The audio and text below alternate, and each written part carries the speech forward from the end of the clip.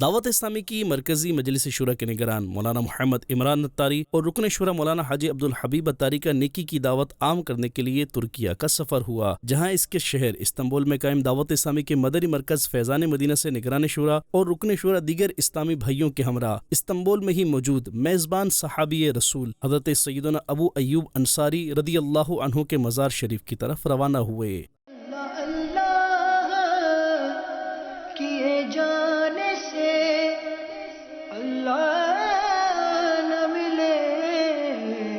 نگران شورا اور رکن شورا نے دیگر اسلامی بھائیوں کے ہمراہ حضرت سیدنا ابو ایوب انصاری رضی اللہ عنہ کے مزار سے متصل مسجد میں نماز فجر ادا کی۔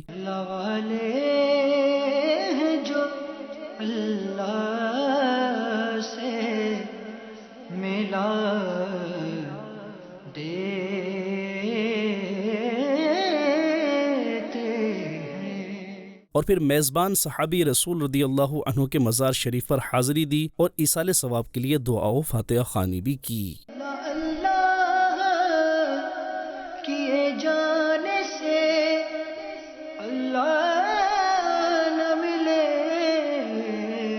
اس موقع پر نگران شورا کا کہنا تھا، یہ وہ مبارک شخصیت ہیں، یہ وہ صحابی ہیں رضی اللہ تعالیٰ عنہ، کہ رسول پاک صلی اللہ تعالیٰ علیہ وسلم جب تشریف لائے ہیں